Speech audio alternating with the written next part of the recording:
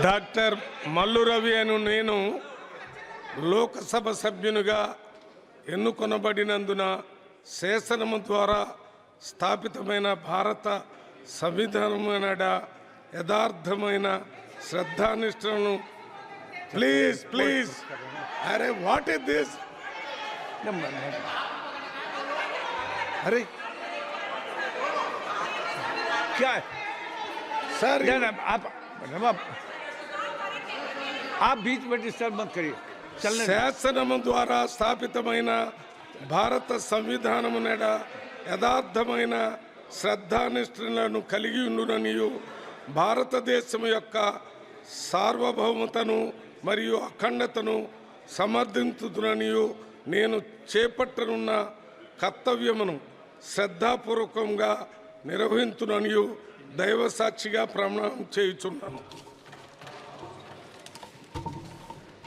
Jai Hind, Jai Telangana, Jai constitution, Jai Bhim.